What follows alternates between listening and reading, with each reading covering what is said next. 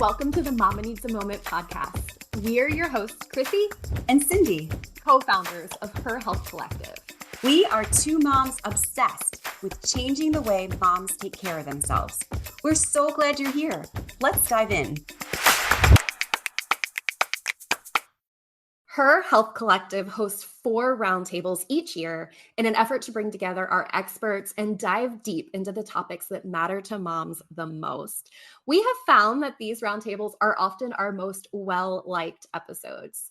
Each of the experts represented in our roundtables have different professional backgrounds and specialties. When they come together and discuss an issue pertinent to moms, you can expect to get different perspectives based on their area of focus. This is also a time for the experts to collaborate with professionals from other industries in order to create a more holistic model of care. Our goal is to expand not only the experts referral network, but to emphasize the importance of collaborative care.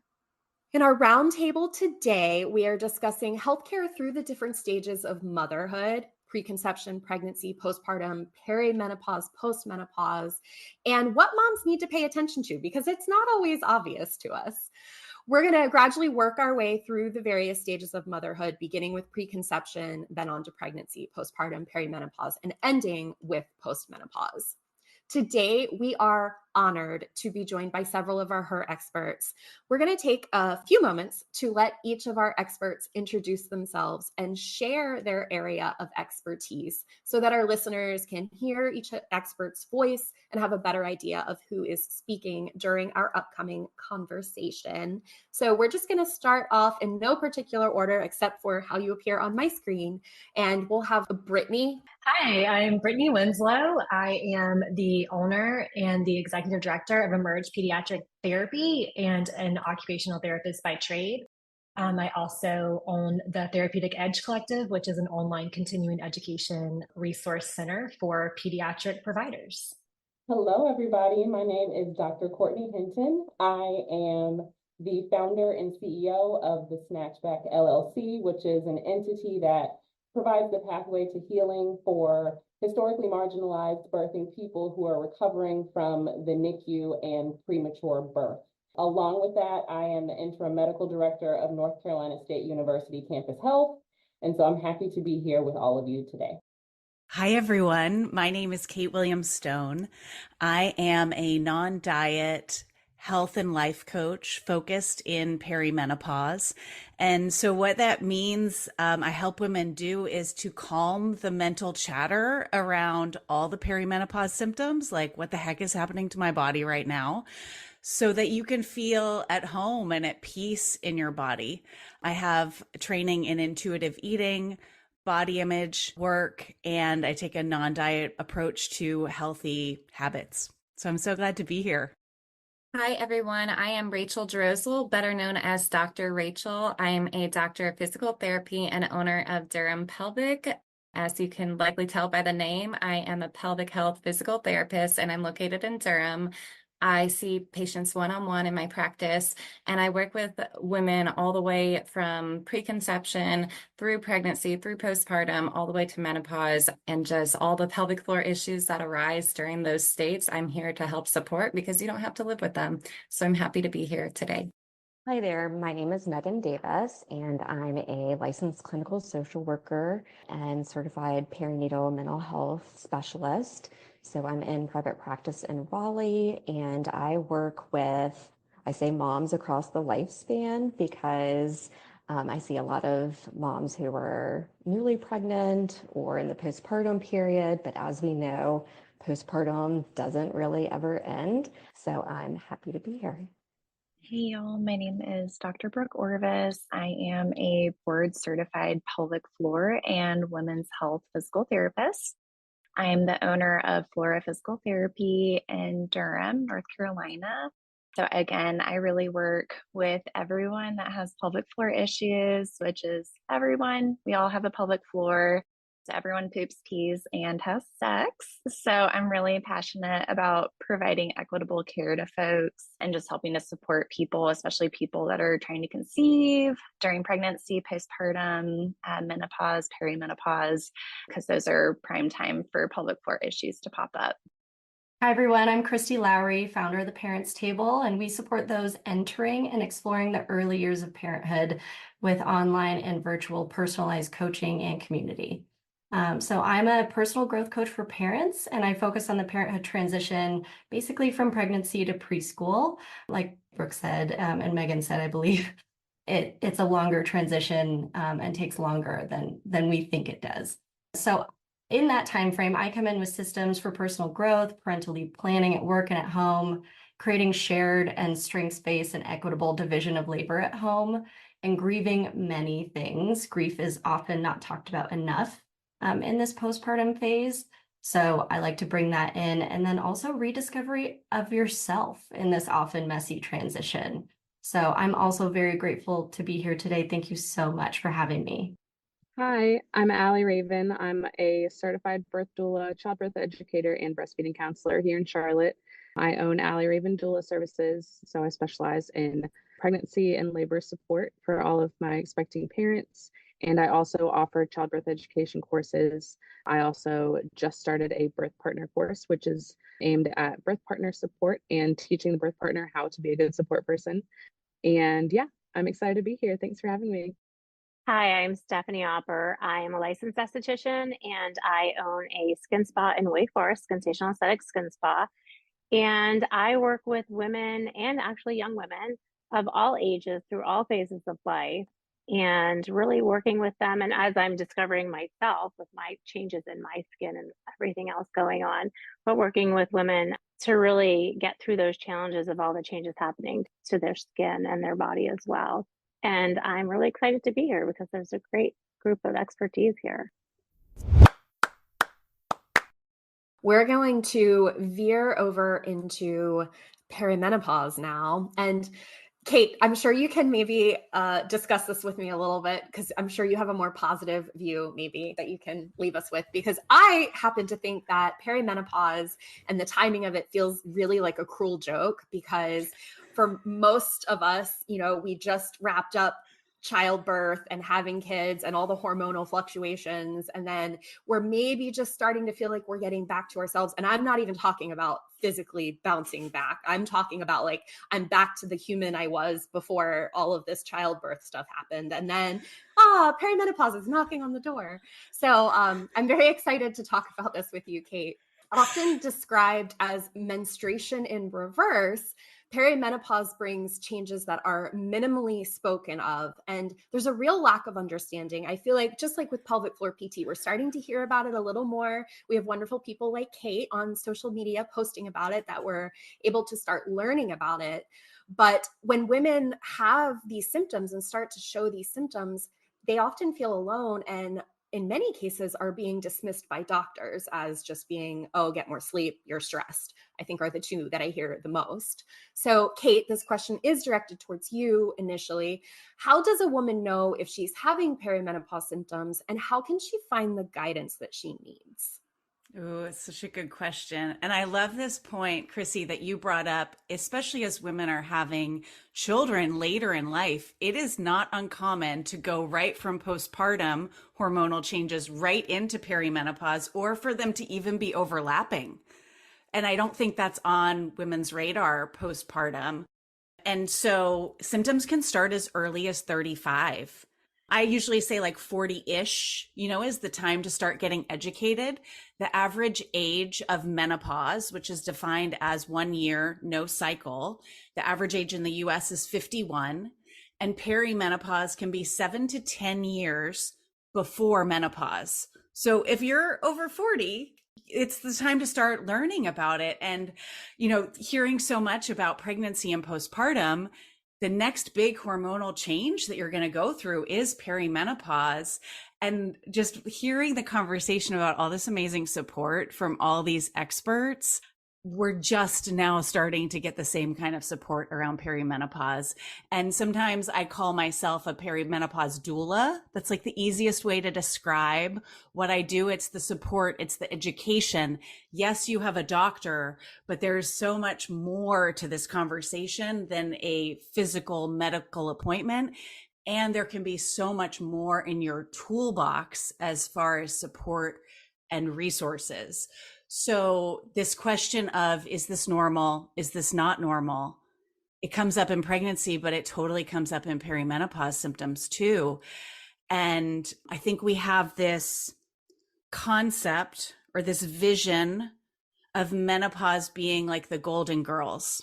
And so then I look in the mirror and I'm like, that's not me. Like, I am cute and 47. I am not a golden girl, right? So this menopause conversation cannot be for me, right? But it is for me. But our vision of like what age looks like and, you know, our perception is so skewed. And then we have this stereotypical version of like what symptoms look like, right? That it's just being hot and sweaty, like a golden girl, like in Florida, like fanning yourself. And it's, yes, hot flashes, but it's so much more than hot flashes, and being educated around what those things are. And before I like list some of those common symptoms, I think it's also really important to have a conversation with your medical care support team. There's so many symptoms of perimenopause that overlap with other health conditions. So let's rule out those other health conditions first before we say this is all perimenopause and just blame it on perimenopause. So things like thyroid, iron deficiency, low vitamin D levels, like mental health crisis, that can all be a part of this, an adjustment of mental health medication, right? Because it's really hard to untangle what is mental health, what is perimenopause, what is recovering from a pandemic is a question I get all the time. And the truth is, if you're over 40 right now, we will never untangle what is a stress trauma response from living through a pandemic and what is perimenopause. Like, they are intertwined for us. They always will be. And it makes it a little bit more nuanced to navigate. So some of the symptoms you should know about: brain fog, changing cognitive function, focus, ability to get things done, fatigue, mood changes. And those mood changes can look like increased anxiety and depression. We know with the decreased levels of estrogen and progesterone, there is an experience of almost just being less stress resilient, right? Like the things that you used to be able to like handle a million things at once, or someone could ask you something, all of a sudden that thing that someone asks you to do at work is like enraging to you, over the top, right? That can be linked to hormone changes. There can be an experience of kind of flatlining. It's not that you're really anxious or depressed, but like nothing really gets you up or down anymore. Like you just kind of feel dull or numb in some ways. Sleep disturbances are another big one. So that can show up like trouble falling asleep, trouble staying asleep, waking up at 3 a.m. That is like very perimenopausal. So that can be part of it. Low libido and sex drive, vaginal dryness, just general like joint aches and pains, muscular skeletal stuff can be going on. Night sweats, which is like waking up in the middle of the night, just like drenched to the point where you have to change your sheets, or you think like, did I pee myself in the bed? Like it's so wet. And I think, you know, all of these come with giggles, but it's like so important to normalize the experience. There's nothing wrong with me. This is a normal hormonal transition that my body is going through. And there are ways I can relieve some of these symptoms and to have support, right? So there are other medical things that you can explore, like hormone replacement therapy and different medications, but also just the psychological piece of like, is this normal or am I dying? Which is like the question that comes up for women a lot. Is this something serious or is this just perimenopause? The other thing I want to just call out is that perimenopause is a peak time for eating disorders. So if you have a past history of disordered eating, eating disorder, which we see is very common in teenage girls, perimenopause is another time where that can show up. And so just to be aware of that, especially when body changes happen, like weight gain, increased belly fat, just changes in body distribution, which we also know is normal and related to hormonal changes, that can awaken this past disordered eating voice or experience. So something to be aware of. So That's just your brief introduction. I like to call it the health sex talk that no one's giving every woman over 40, that we all need to have. And my two pieces of advice are like, don't wait until your first missed period to start learning about menopause. And if you're not already, start tracking your cycle now, because that baseline of information can give you a picture of hormonal changes as you go forward. And then I'll just shout out two resources that are really helpful. If you're looking for medical care providers with further menopause training, menopause.org is a great resource. And there's other information on there. And then I also do have a free guide on my website that lists all of these symptoms if you're interested in downloading it. So that's just my name, katewilliamstone.com/guide. So those are some resources to get you started. Thank you so much, Kate. I really appreciate that. And it's good to hear that it is normal and we're not alone and there's help out there. I know. I mean, I do really think that this generation, we are the cycle breakers. Our moms and our grandmothers didn't talk about this, and we're the first generation that's starting to break down the stigma and just like normalize the conversation. And soon we'll have medical research on female bodies to bridge the gap to really know like what is going on.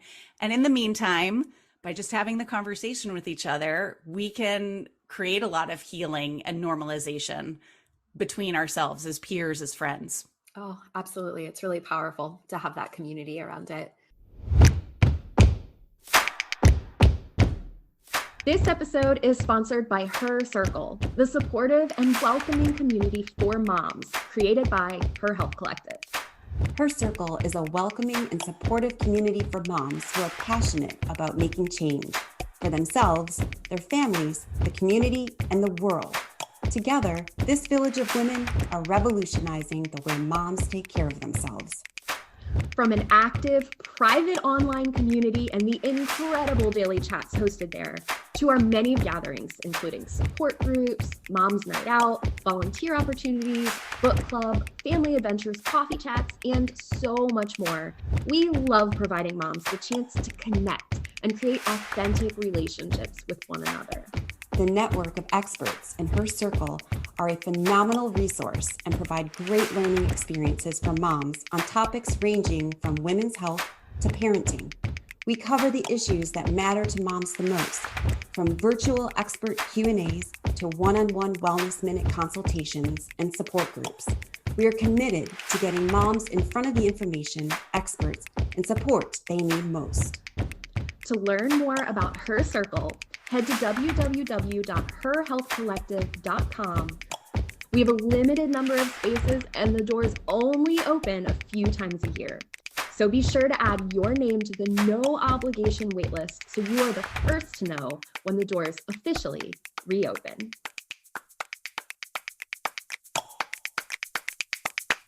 I want to turn to another piece of this stage of life that hits home, and that's when we begin to recognize more obvious signs of aging, specifically on the face. I'm looking at you, wrinkles. Stephanie, I want to talk to you a bit. Would you please share what's happening at this stage? And I am all ears. Provide us with some tips as we navigate the changes in our skin, perhaps more wrinkles, perhaps change in skin tone. I know that these things are common at this stage. So what can we do? Please, we're on the edge of our seat. Yeah, absolutely. So I'm so energized by this conversation too. And I do love that we're breaking the cycle, because I like to say that we're, be pro-aging. We're not anti-aging. We want to live and we want to do that, but let's do it gracefully.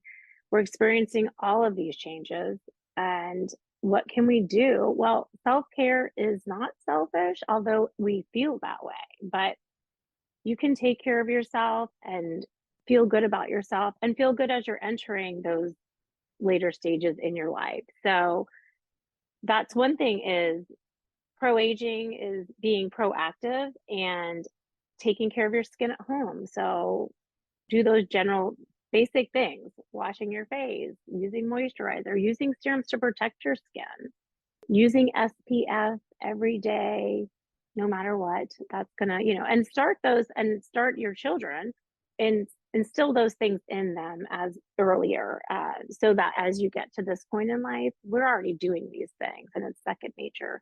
But a lot of my clients will come in, and once again, in this stage of life, they're having acne. Their skin is so sensitive due to hormones. Hormones drives a lot of changes and sensitivities. And so a lot of clients come in with rosacea and dry skin. And so just making sure that you understand it's not, oh my gosh, I should have perfect skin. I've had perfect skin all of my life. Well, accept those changes are happening. Hopefully you're working with your other providers and understanding what's actually happening within your body as well. Because if you're not taking care of that, well, then the stuff that's going on the outside is not going to resolve itself with just a facial, or, clients will just throw on retinol or salicylic acid or something to just clear it for the day, toothpaste. But understanding that piece too. So making sure your whole body is healthy, and then also doing things to take care of your skin at home. So just like we brush our teeth, we need to wash our face. You can add things in like retinols, adding things in like peptides, adding things in like vitamin C, or antioxidants, I should say, because vitamin C is not the only antioxidant, but those are things to help protect your skin and strengthen the skin and help it so that it can take on all of these changes. And hormones really do, they're going to bring out that pigmentation again.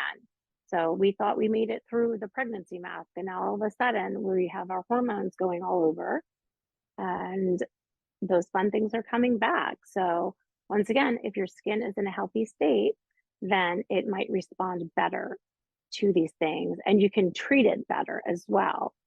You're not treating it all at once. So it's not just a disaster happening all at once, but yeah, and it just is, be more pro-aging, not anti-aging, because we're going to get the wrinkles.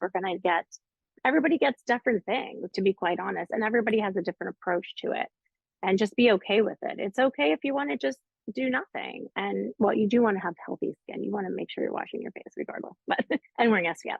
But it's okay if you don't want to do neurotoxins and you're okay with having wrinkles and aging gracefully and doing all that is okay. And it might not be okay for the other person, but it's okay if you do it.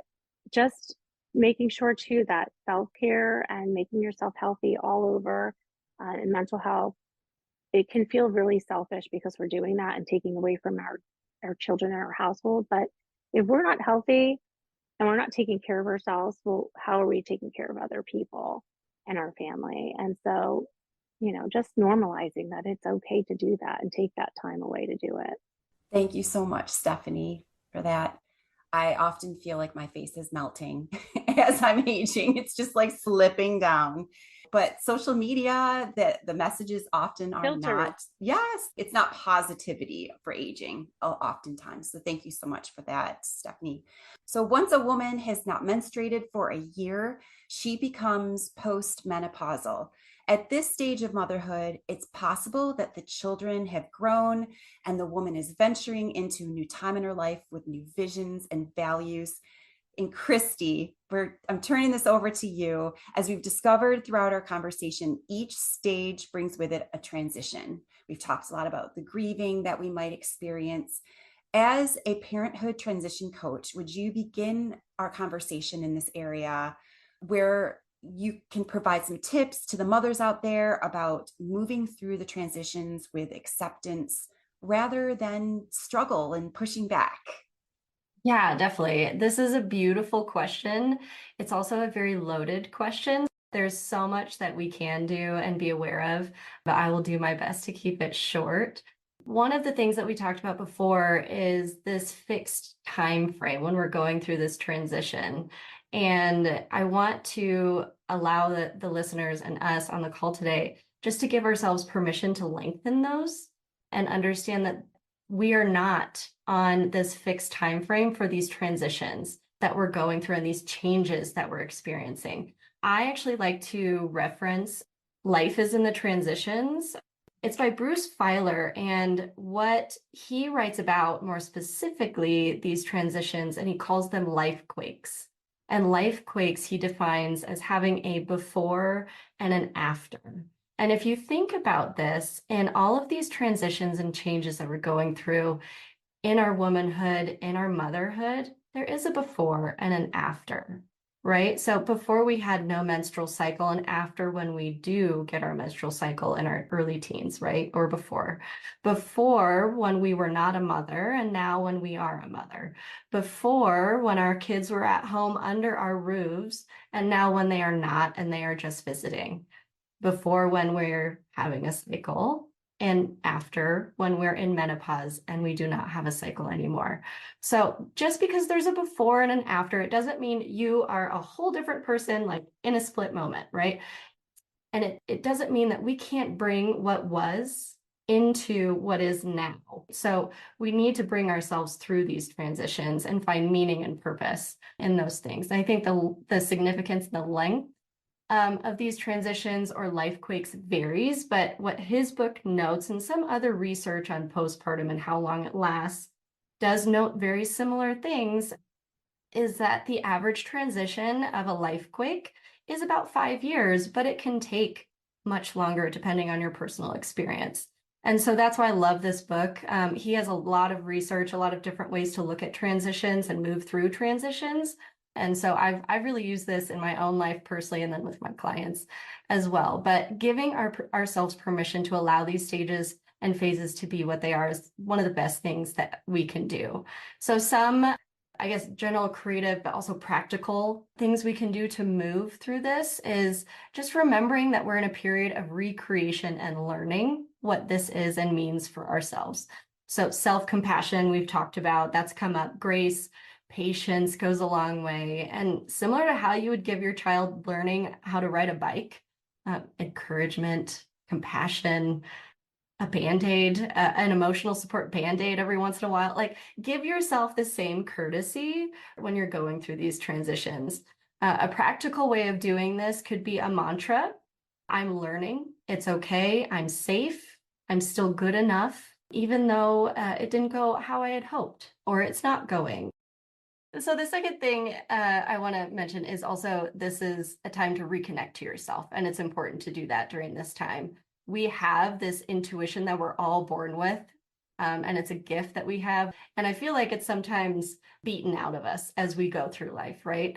Because we're forced into these narratives, these norms, these expectations from others around us. But finding and listening to it and understanding your personal needs is going to help you feel good and regain trust in yourself because you are your best advocate. A practical way of reconnecting and still making progress towards your needs and your goals is actually doing a self check-in, whether that's weekly or it's daily. And I do this with my clients. And it's as simple as, what are my basic needs? What is a win? What's going to make today a win? And what are my top 3 priorities, right? Or just one priority, depending on where you're at in that day. The third and second to last thing I want to mention, I know I'm so grateful that we've all kind of found this thread of grief in different ways, but grief is inherent with change and transitions. More often than not, we don't see grief and we don't allow ourselves to feel it. I don't think we recognize it because it's not talked about. And so giving space and understanding grief and that it's okay to grieve, it's okay to talk about it. You don't need to judge it. Your grief experience or your experience in general is different than someone else, and that is okay. But grief, something that I know about grief is that it demands to be seen, heard, and felt. And so if we're not paying attention to it, it's going to potentially manifest itself in unhealthy ways. So when experiencing grief in these transitions, it's important to understand how it could show up. So it could be sadness, it could be relief, it could be anger, it could be anxiety, it could be just feeling kind of blah. A lot of the things that have been said on this call related to mental health and even menopause, they get intertwined and intermixed with grief and your symptoms of grief, which is interesting. So it's helpful to go towards mindfulness and meaning-making activities when you're experiencing these transitions. These help you become more present and they help you find purpose in your journey. And that's what we're all really striving for. I feel like in our hearts is that. So something practical you can do, and what I've done too, is find art therapy groups, get into yoga, go on nature walks, become more present. Something else you can do to find that meaning making is maybe write yourself letters to your old self or your new self. You can write letters to your kids about your experiences. So you're kind of handing over something for future generations. And they love hearing all of that, regardless of if you want to divulge that. They can read that, 20 years in the future. And then the last thing I do want to mention is leaning into your support network. And I know Brittany mentioned this when she was speaking, but support network in your care community, permission to be loud, permission to take up space and be seen when you're going through these things. You aren't alone. You aren't alone. You aren't alone. You aren't alone. And you do not have to be. Communicating and reaching out for support is imperative so you don't feel that isolation. And all of these providers on the call are here to help you. So practical things you can do here is to create a sphere of influence and really getting tactical with who's in your sphere of influence, who's your board members, who do you go to for what and when, and really getting clear on that. With your partner, have those hard conversations and explore what this might look for you with them. What is their role right now in this transition? What kind of responsibilities do you need them to take on? My husband and I have phrases and we talk about jelly beans. So how many jelly beans do we have in my emotional jelly bean jar at the start of the day and the end of the day? We use phrases like tap out, right? I need to tap out right now. So what are these systems that you can create and feasibly utilize for your betterment and support through these transitions? Oh, Christy, such wonderful advice. Thank you so, so much. Thank you so, so very much to each of our expert panelists for joining us today. The different stages of motherhood bring various different healthcare needs. It's important to have these discussions where we are having open conversations about what moms need to pay attention to. We appreciate each of you taking the time to come together and share your own unique thoughts and perspectives.